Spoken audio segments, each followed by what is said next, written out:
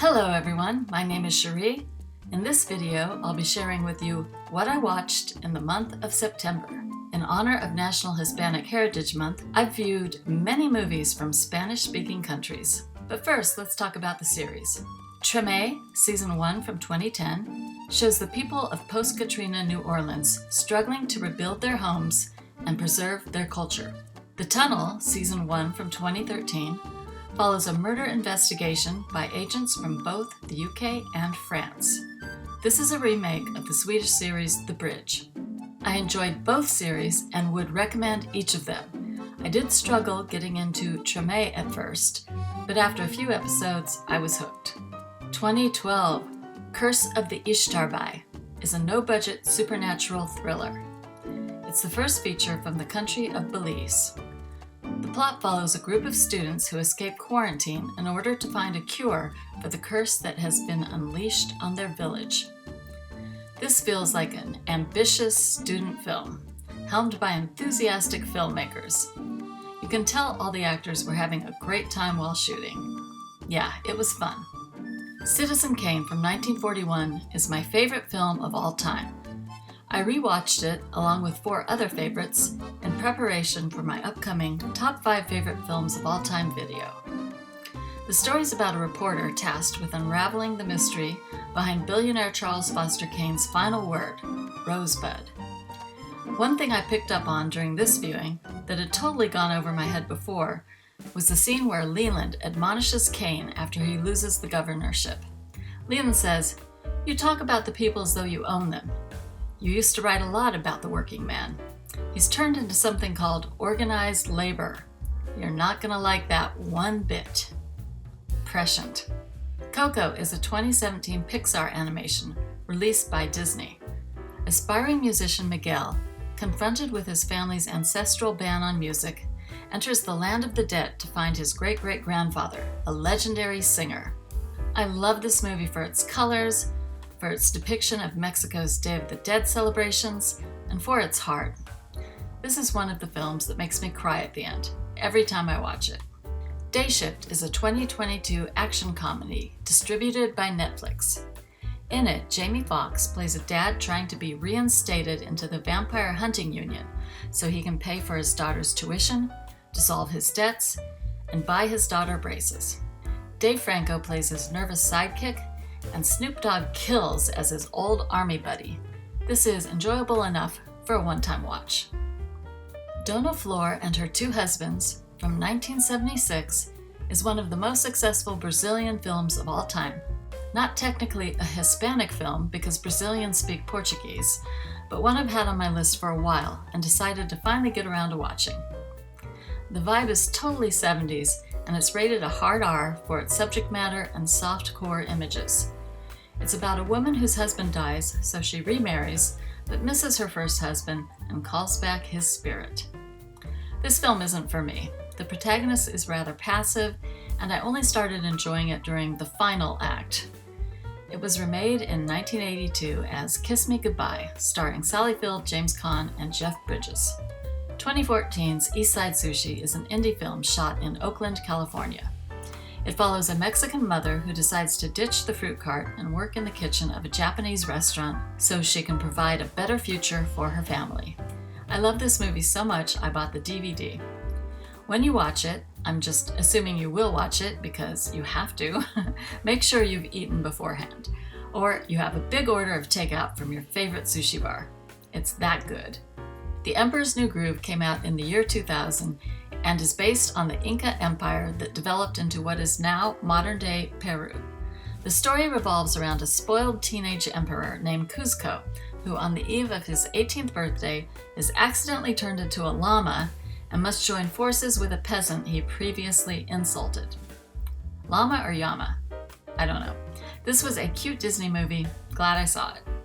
Encanto, another Disney film, was released in 2021 during the COVID-19 pandemic. With an amazing soundtrack by Lin-Manuel Miranda, the story follows a frustrated Colombian teenager who is the only member of her family without magical powers. This is a beautiful film, and I was surprised it wasn't Pixar. Encanto received the Oscar for Best Animated Feature. Totally deserved. I cry at least 2 times when I watch this, maybe 3. Everybody Changes is a 2019 film from Panama. I believe this is the first film I've ever seen from that country. In it, a married father of 3 comes out as a trans woman. This was well made. I don't remember a lot about it, except it's a feel-good film. Something to watch during Pride Month.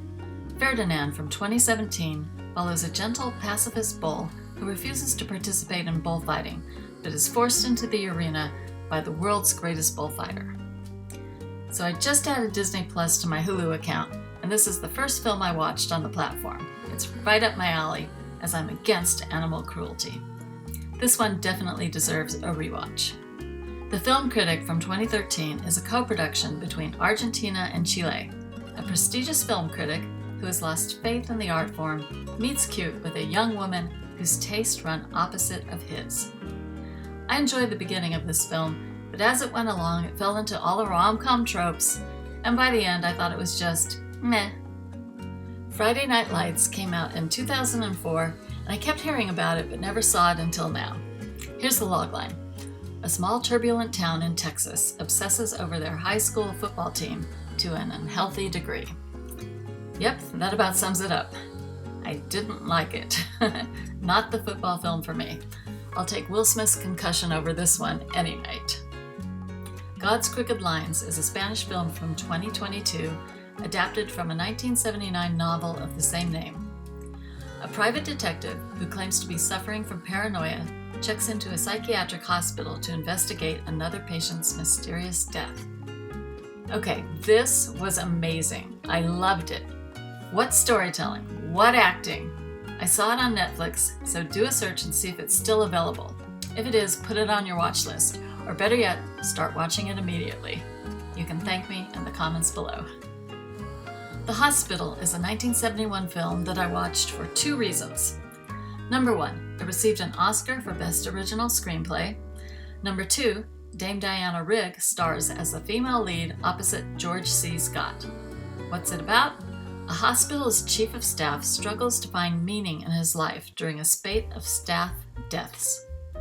This is supposed to be a satire of the healthcare industry. It goes on my WTF list. I kind of hated it. Don't watch it. And if you do, don't blame me. The House at the End of Time from 2013 follows an old woman who encounters apparitions inside her mansion and must solve their mystery. This movie comes from Venezuela and was recommended by one of the YouTubers I follow. I have to admit I had a difficult time getting into the story.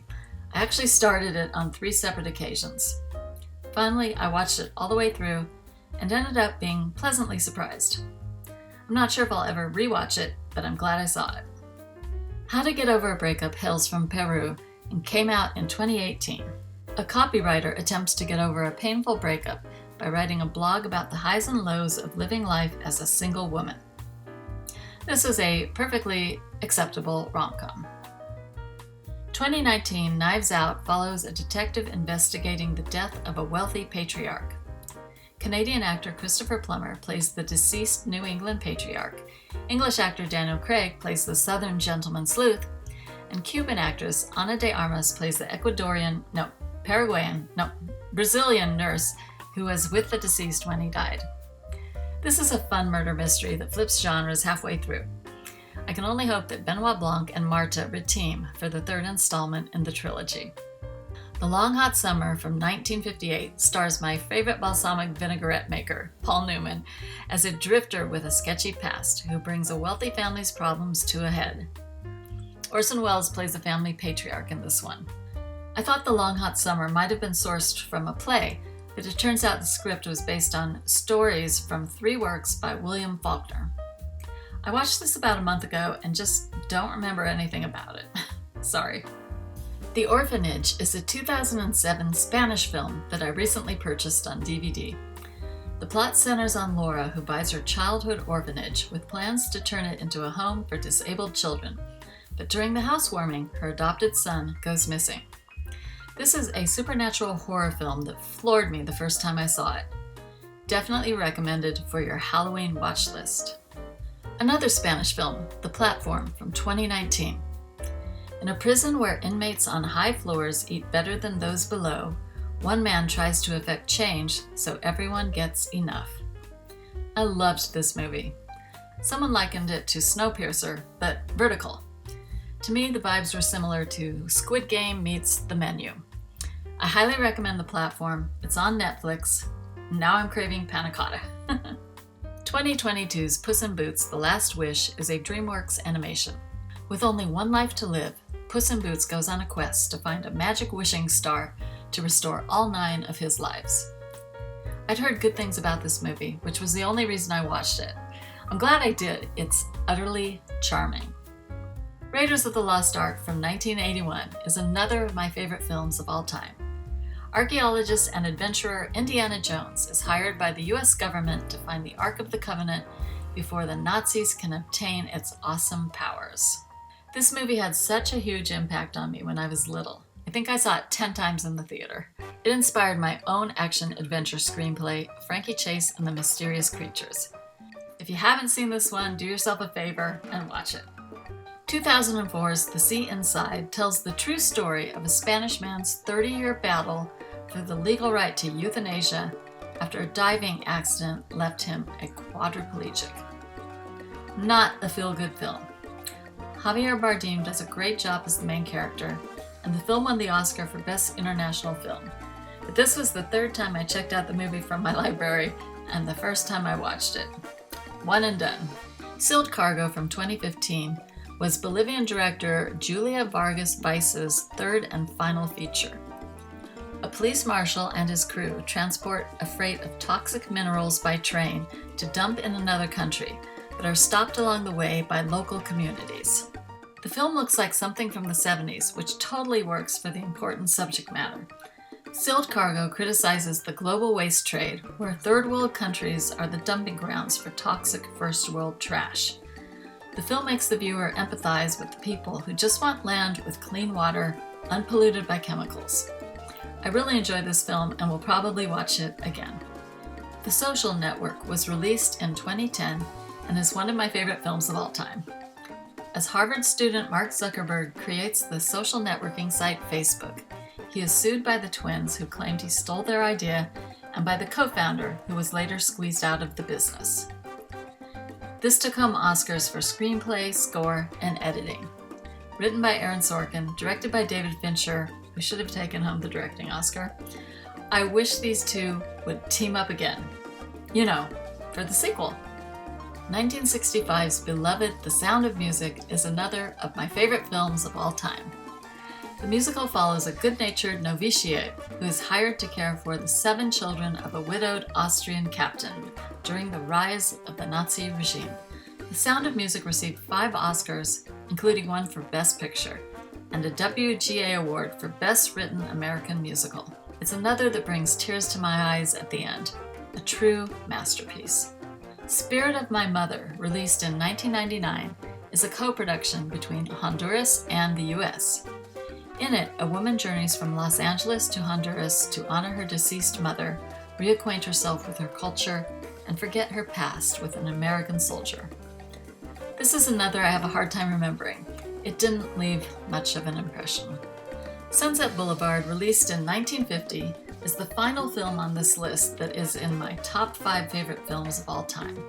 Directed and co-written by Billy Wilder, it follows a down-on-his-luck screenwriter who stumbles into a dangerous relationship with a faded film star, determined to make her triumphant return to the silver screen. This won the Oscar for Best Original Screenplay. It's filled with great characters, great set pieces, and great dialogue. A must-watch if you haven't already seen it. 2010's Troll Hunter is a found-footage creature feature by Andre Overdahl. While investigating reports of illegal poaching, 3 student filmmakers encounter a man who slays trolls for the Norwegian government. I love this one so much I purchased it on DVD. Norway is gorgeous, and the monsters are ones I haven't seen on film before. Definite recommend. Volver from 2006 is a Spanish film starring Penelope Cruz. After her death, a mother returns to her hometown in order to fix the situations she couldn't resolve during her life. This is the 5th movie I've seen from Spanish director Pedro Almodóvar. While this one is good, I think I like Pain and Glory better. If you're a Penelope Cruz fan, then it's a must-watch. The Wave from 2015 is another Norwegian second-watch film that prompted me to buy a DVD copy. A geologist and his family fight for survival when a massive landslide causes a 250-foot tidal wave. Again, beautiful Norwegian scenery, a natural disaster. What's not to like? The Wizard of Oz was released in 1939, just as color film was coming into its own. Judy Garland plays a Kansas farm girl swept into a tornado and deposited into the land of Oz, where she must battle a wicked witch in order to return home. This is a holiday classic. Y Tu Mama Tambien from 2001 is a DVD I've had on my shelf for years. It's the story of two carefree teenagers who embark on a cross-country escapade with a gorgeous older woman. Set in Mexico and directed and co-written by Alfonso Cuarón, I should have loved this, but I didn't. The first 20 minutes was men being extremely gross. I'm really tired of seeing that in movies. And that was it. In summary, I watched 2 series and 33 films in September of 2023. Both series were new to me, 20 movies were new to me, and 13 movies were rewatches. Spain makes amazing films. I only explored half of Central America, so if you have any movie recommendations for Guatemala, El Salvador, Nicaragua, or Costa Rica, please let me know in the comments section. And the same applies for Ecuador, Paraguay, and Uruguay. Any recommendations would be greatly appreciated. I heart these ones the most because they're my top 5 favorite films of all time. But I heart these ones too. Thank you for joining me for my September wrap-up. In addition to Halloween Horror Month, October is both German and Italian Heritage Month, and I have 140 movies on my list. But no, I won't be able to get to all of them. Until next time, happy viewing.